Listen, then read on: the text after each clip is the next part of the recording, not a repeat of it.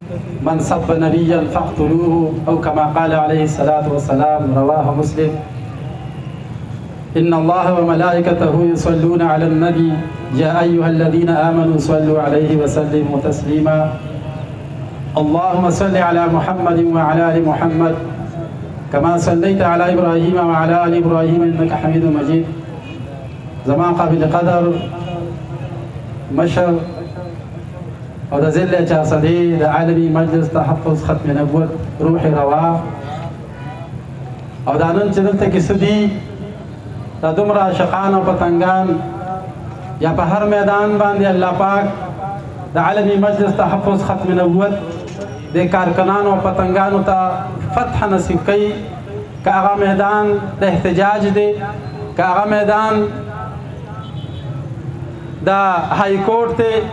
او که هغه میدان د سپریم کورټ دی، او که هغه میدان د اسلام آباد دی، او که هغه په پاکستان کې په کوم ځای کې دی، او هلته کې دا مجاهدین رسی او هغه الله جل جلاله هغه پروګرام کامیابی، نو دا دغه درویش د ضلع چارسدي د امیر عالمي مجلس تحفظ ختم نبوت زما مراد حضرت مولانا پیر حزب الله جان حقانی صاحب دامت برکاتهم العالیه داغي دا سایه او دست او لاس زمنګ د دې کشرانو په لاسونو باندې دي. نن کوم جګړه کو په میدان باندې او چرته هم د پیغمبر علیه الصلاۃ والسلام په شان کې ګستاخی شوې ده او الته زمنګ د عاشقان او پتنګان ورغلي او آئینی جنگ لړاو کړی دي او د ټوپک او د تماچی او د آئین نه خلاف کوم خبره چې کېدنو دی درویشانو د مشر زمنګ هغه ته تایید کړی چې داسې وکړو داسې مه کوه. الحمدلله په هر میدان باندې مونږ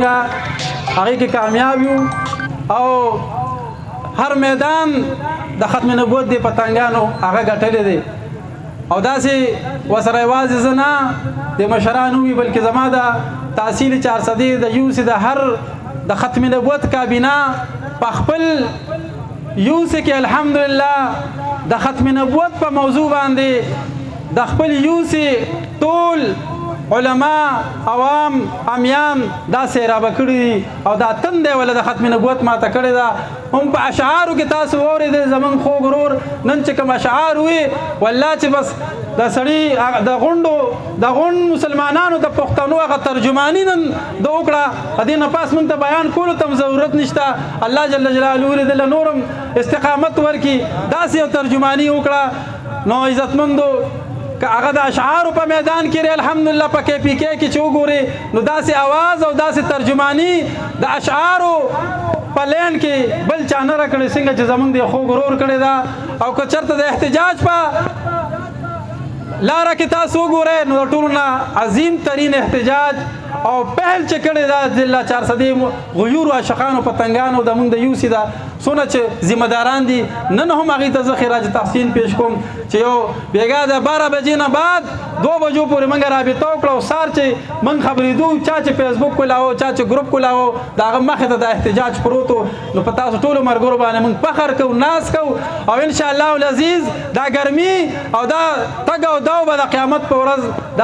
د پیغمبر علیه الصلاۃ والسلام د شفاعت یو ذریعه انشاءالله ګرځي او دا زمونږ پوخ یقین دی. زمونږ مونځ زمونږ روجات زمونږ حج او زمونږ زکات په دغه زمونږ اعتماد نشته ځکه چې موږ ډېر ګناهګار یو. خو دا یوه لاره موږ ساتلې ده انشاءالله العزیز چې دا د ډایرکټ د جنت لاره الله جل جلاله وه بغیر په حساب او کتاب به موږ انشاءالله جنت ته بوځي. دا د ختم نبوت لاره وي انشاءالله دا به نه پرېږدو که نه. او دا لاره د دې لارې هغه رهبر او رهنما د ضلع چارسدي د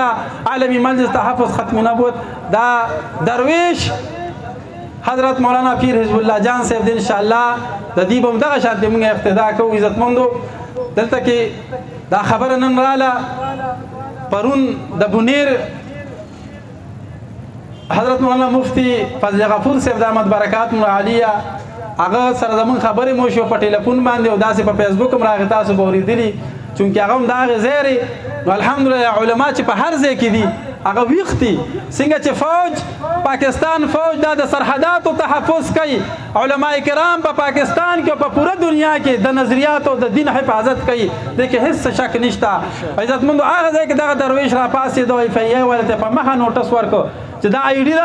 دا سړی موږ له پکار دی دا گرفتار کې هغه وخت نه دا ای سی چو نه والی تر د ډي اس پي او د ډي پي او پورې ټوله عمله د بونیر دغه درویش دا په حرکت کې راوسته او نن هم هغه عمله په دې کې لګیا ده او دې ځای ته ورسېدل چې نننۍ د هغه دا خبرې دي د مفتي فضل غفور صاحب چې دې تحقیق ته ورسېدو چې دا بونیر دی او که نه دی خو البته موږ ته دا پته ولګېده چې دا آی ډي دا پیک آی ډي ده دا د بهر د فارم نه جوړه کړې شوې آی ډي ده دونه تحقیق موږ کړی دی نور مخکې به ګورو چې څه به کېږي نن چې دا احتجاج دا د دې دپاره دی چې دغه ادارو ته په پاکستان کې 25 انټلیجنس ادارې دي او دا څومره مراعات چې دې ته حاصل دي دا د پاکستان د سرحداتو د حفاظت دپاره دي او دا د دین حفاظت دپاره دي او د آقا نامدار احمد مجتبی محمد رسول الله صلی الله علیه وسلم د حفاظت دپاره به ستا ایجنسي استعمالیږي ستا ادارې به استعمالیږي دا پاکستان د پیغمبر علیه الصلاۃ والسلام په نوم باندې جوړ شوی دی چې په دې کې اول ترجیح د پیغمبر علیه الصلاۃ والسلام او د صحابه کرامو د تحفظ موږ غواړو بیا وروسته نورې خبرې دي نو دغه ادارو ته موږ د دغه ذمه دار سټیج نه دا خبره کوو چې انشاءالله په دې باندې زر تر زره لکه څنګه چې ستا د آئین پاکستان څوک بغاوت وکړي او هغه ته بالکل په 24 غنټو کې هغه بالکل ونیسي او هغه تخت ځان ورورسي د دې نه زیات د پیغمبر علیه الصلاۃ والسلام تحفظ په موږ باندې لازمي دی نو دې کې انشاءالله د ایسیچونه والے تر د ډي پی او پورې او بره چې څومره د هغه ځای د پولیس دا خبرې چې موږ بالا خلکو ته دا خبره ادارو ته کړې انشاءالله دا سړی و موږ رانیسو نو دا احتجاج د دې دپاره عزتمندو موږ عیني خلک یو موږ تاسو ته وویل دې نه مخکې په مفتي آباد کې دا خورو مفتي آباد کې دغلته یو کیس راغی هغه سړی هغه موږ ونه وجو هغه موږ تاسو ته ادارو ته حواله کړو د دې نه بعد دلته معروف دا یو نوم په پړانګو کې یو کس ګستاخي وکړ د ابراهیم علیه السلام هغه موږ تاسو ته حواله کړو موږ عیني خلک یو الحمدلله دې ځای کې دغه چوک کې دغه 2 نمبر دکان دی دغه د چرګانو والا نومان نوم یې د ما د اواز به اوري یا به دلته ولاړي په دغه دکان کې یو زنانه راله او یو کس دا ګاکو او دا دکانداران ولاړ دي زما اواز به اوري دي کې هغه اف آی آر کې دا ګوام دي دا سړی او د یو زنانه د حضور علیه السلام په شان کې ګستاخي وکړه یو بل ملګري و پس چاړه راواغشته د وته صبر وکړه هغه سره زما نمبر ما ته رینګو کو زه په جمعات کې ناستم 15 منټو کې دلته کې راسیدم ما تانې ته اطلاع کړې و یو 15-20 پولیس هم دلته کې راغلی او هغه گرفتار کړه هغه ښځه او په هغې باندې اف آی آر وکړو نن هم کال له هغې برابر شو حضرت پیر صاحب حج ته روانو دارې ناستې او ما ورسره مشوره وکړه په لاره په ټلیفون باندې چې پیر صاحب واقعیا داسې څوک هم اطلاع ورکړه او پولیس راغی پولیس دا زنانه ونیوه چې زه ورغلم هلته تاڼې ته هغه ځای کې دې باندې موږ اف آی آر وکړو هغه پولیسانو اخوا دېخوا کول ما ورته وویل چې ګوره موږ عیني خلک یو که دا اف آی آر نه کړو 255 میسي په دې باندې نه لګې نو زه ګورې غونډ تنظیم او غونډ 400 د پسې اوس راپاسوم هغه 4 دیخي هغه اف آی آر د هغې وکړو یو کال برابر شو تقریبا څو ورځې دپاسه په دغه کې تقریبا 18 تاریخونه دا ما وکړل دا په سنټر جیل کې او دا چې کوم دی په های کورټ کې زم په هفته کې 2 تاریخونه وي الحمدلله د 400 علماو دا د پیغمبر علیه السلام د ختم نبوت پیراداري کړې ده تاسو په سر باندې کړې ده کله چې موږ کال کړی تاسو راغلی کله چې موږ احتجاج ویلي تاسو راغلی کله چې موږ تاسو نه د پیسو مطالبه کړې تاسو راغلی او الحمدلله موږ هم خپل نن ورځ ته کتلي نن شپې ته کتلي نن بچو ته کتلي دي نن خپل کاروبار ته کتلي دي او دا د عقیده ختم نبوت تحفظ دا موږ په اوله درجه کې ګرځولې دا زما دا ټول مرګري د دې خبرې گواه دي د یونین کونسل نه والي تحصیل او د ضلعې پورې په دغه مرګرو باندې موږ فخر کوو نن هغه کیس چلیږي هغه های کورټ ته تللی دلته او بیا اوس دا خبره ما ته کوي جج چې دا د دې په دماغو کې فرق دی نو هغه خبره هسپتال ته کړې چېرې دا وګورو چې د دې دماغ خراب دی ټیک حالانکه دومره ټیک دماغ یې وکیلان لوبي را لوبي من ته پته را موږ زو په سره ناس مخامخ او هغه کوم خبره چې کوم مشورې چې ورګي دا خراب دماغ کار نه دی نو موږ دې ته دا خبره کوو چې موږ عیني خلک یو تا ته سړی په حواله کو آی استعمالونه تا ته په حواله کړ تا وسره سوکړل دا نور دا څومره د 400 دا درې کې سمون تا ته په حواله کړ تا وسره سوکړل تا هغه له تحفظ ورکو تا خو دغه په سر باندې لاس کې نه دا پانسی کا 55 ګستاخان دا سری چې په دې باندې د پانسی حکم خطلې په کاردار چې دا یو دوه درې تاسو پانسی کې تاسو چې پانسی کوي نو عاشق رسول ته کوي ممتاز قادری تاسو شهید کو او هغه تم پانسی ورولا نو دا یک طرفه خبره دا بیا قوم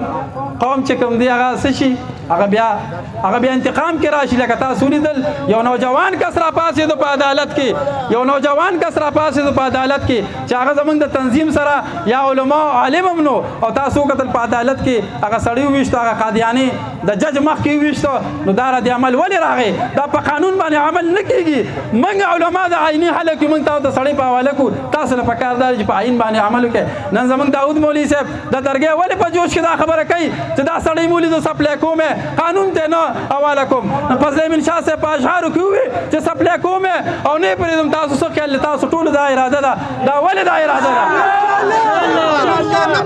د ادارو ته دا خبره کوم چې نن دا دونه عوامو دا سیلاب راغلی، د دې ولې دا اراده ده؟ خو تاسو قانون نه پالو کوئ، په قانون باندې عمل نه کوئ. که چېرې تاسو په قانون باندې عمل کوو، نن به زموږ علما دا پرامن خلکو دا به تماچه او اسلحه دا به نه اوچتوله. دې نوجوانان د پاکستان وبه، دا خو پاکستان نوجوانان دي، دا خو عاشقان دي، پتنګان دي. بېشکه چې مونځ کې به کوتاهي کوي، ذکر کې به کوتاهي کوي. او څنګه چې تاسو د واقعه بیان کوي، یو شرابي هغه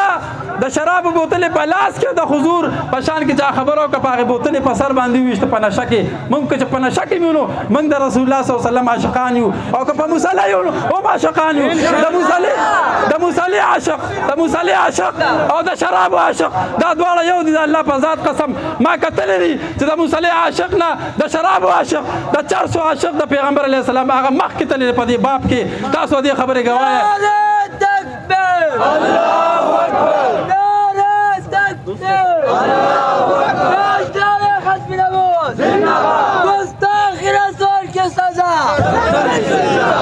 زمنګ د ضلع 400 دی روحی روا پیر سے بھی اشارہ کوا،